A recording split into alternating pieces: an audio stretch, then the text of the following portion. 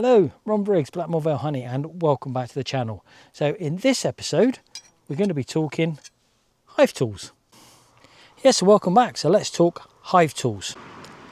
Seriously underrated piece of equipment, the hive tool.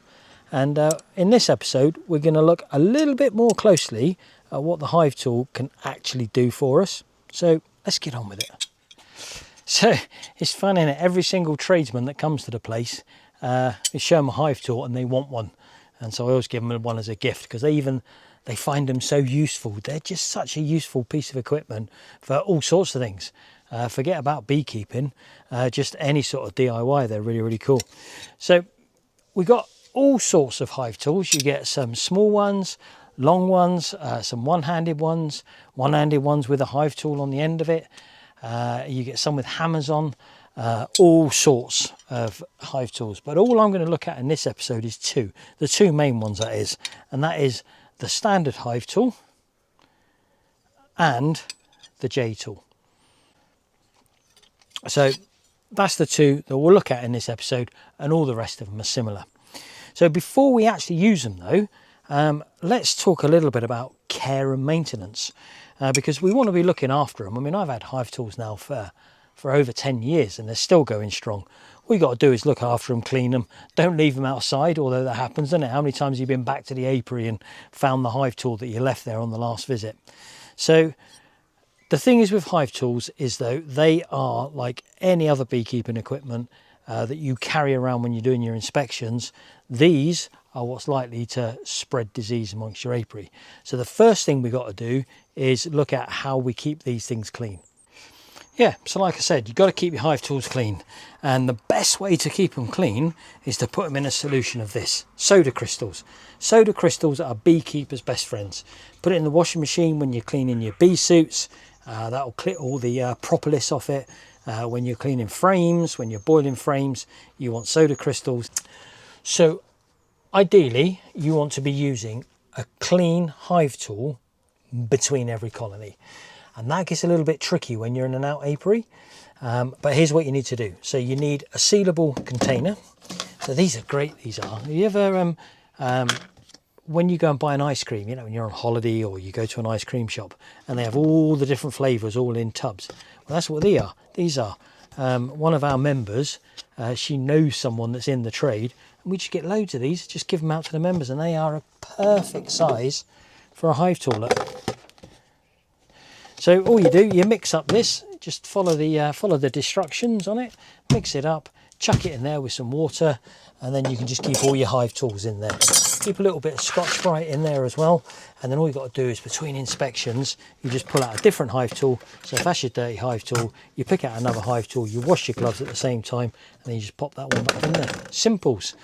So that's really important, that. Just recently, one of the local apiaries had EFB, and that certainly concentrates the mind on hygiene. So yeah, so little tub, bit of Scotch-Brite with your hive tools, seals, goes in the back of the van, and it doesn't spill. Okay, so in my experience, the difference between an expensive hive tool and a cheap hive tool is how sharp it is. So that's really, really simple. Either take it to someone that sharpens knives, or if you've got a grinder, stick it on the grinder. And all you got to do is sharpen up the edge. You can see that, that's been sharpened. So it doesn't have to be chisel sharp. You don't want to be cutting yourself with it every time you throw it in and out the truck. And you don't want it to be digging in the side of everything and catching it. But you want it sharper than what it is, so that when you get it into those corners and crack it, it goes in much easier and goes in a little bit further. Gives you a little bit more leverage. And the other thing is you want it a bit sharper when it comes to cleaning your boxes. Because this hive tool, your standard hive tool, is brilliant for scraping wooden boxes. Let me show you. So the other reason you want it sharper is when you're cleaning off the top of your frames, whilst you're doing your inspections, it's much easier to clean all that brace comb off and everything else if it's a little bit sharper. But if you have it too sharp, it can end up sticking into the wood, which is what you really don't want. So all you're doing is taking the edge off it. As I said, you're not making it chisel sharp, you're just taking that edge off and making it a little bit sharper. But when it comes to cleaning the boxes, what you don't want to do is you don't want to scrape like that, because whilst it will scrape it off, it will dig into the wood. So you really don't want to do that. So as I said, the best tool that you can use is the standard tool. And you don't use it like that. You turn it around and use it the other way. So you pull it towards you, have that on the edge like that, and then that will really get that and really scrape all the propolis and debris off. So yeah, another really good reason for or another really good use of the Hive tool. Great for cleaning boxes. So the other thing you get on a lot of these Hive tools is this hole on the end. Now apparently that's for pulling nails, pulling pins, or for hanging it up.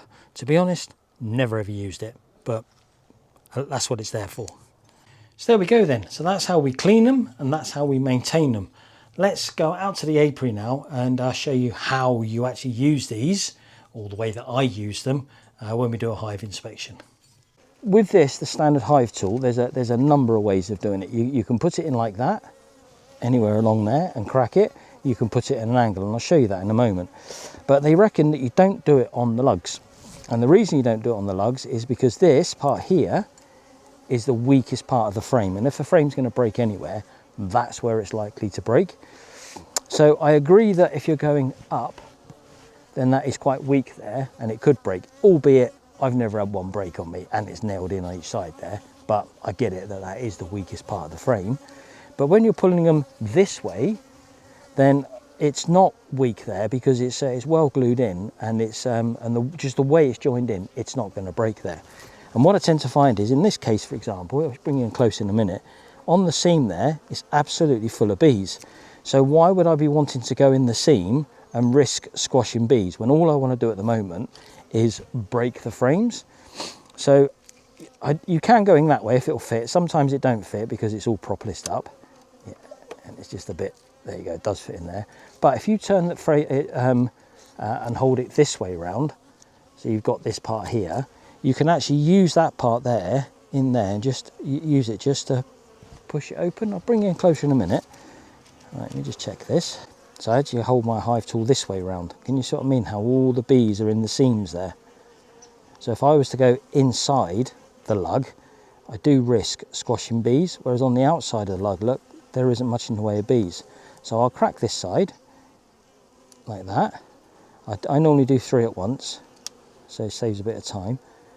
And you just crack in the propolis, and after I've done that I come behind the hive before I then get to the other side, and then the other side do the same thing. But look, it doesn't, right, okay, so look, there is bees there, but there was none there just now, so I can move in if I want to and go on that side.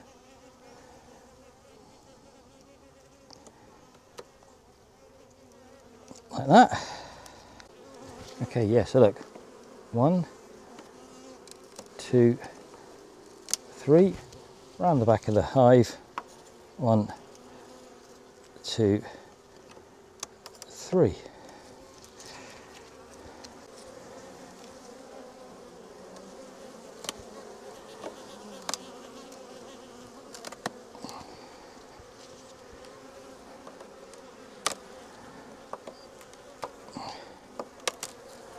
Okay, so obviously the other place you'll be using your Hive tool is to separate boxes. So the corners can over time get damaged, and I wouldn't say that my wooden ones are particularly damaged, and I mainly do use the corners, but you can go in anywhere you can get in, you can find a way. But the polys are actually reinforced on the corners, all of them, so that's actually the place on the polys that you want to go, and they've actually designed it as such. They do leave a tiny gap in order you can get your Hive tool in. So with your polys, you definitely want to be going in on the corners. There we go, more of the same. 1, 2, 3. 1, 2, 3. Okay, so let's have a look at the other tool now. Let's have a look at the J tool. So J tool is, first of all, it's got this end on here.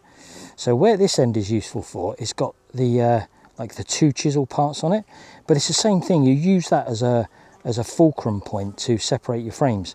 Now this one, yes it does, can fit in on the lugs there, so you can go on the lugs or you can go on the frame there. But what we need to do is we need to get one of these out, and I've been looking down and I think it's this frame here, which will be the one that come out. So I need to split it all the way around. So we move the girls out the way. We'll do it that way first, and we'll do it that way. Then we'll go over to the other side. Do it that way, and do it that way. Now, where this comes into its own, especially if you've got a hive that's completely clogged up, is the actual J element of it. Can you see on the back of it, on the heel of it, it looks like a heel, doesn't it? So we've got a little heel on here, look, and then the J. Well, the idea is that J sits in underneath the frame, and that little heel just is what sits on top of the other frame. So here we go, look. So if we push that in there, can you see how that slides in there, and then the heel sits on there? Oh, I'm doing that the wrong way around though, aren't I? Slide that in there, and see how the heel sits on there? And then if I just give it a bit of pressure, can you see how it brings the frame up? And do it on that side. And we'll do it on that side.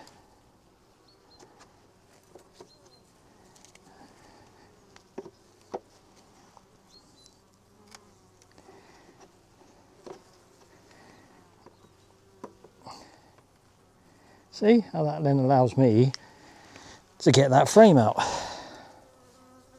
Here we go again then.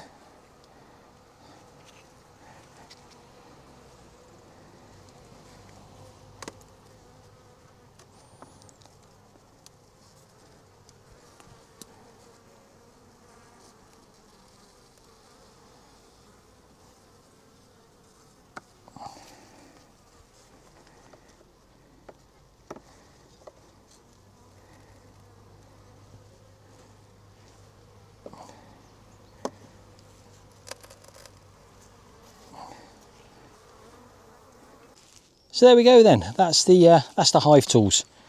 Great bits of kit, look after them, keep them clean, and yeah, and they'll last you a long time. So yeah, that ends this little video. Hope you're getting something from it. Hope you're enjoying them. I certainly enjoy making them, and we'll look forward to seeing you in the next one. Goodbye.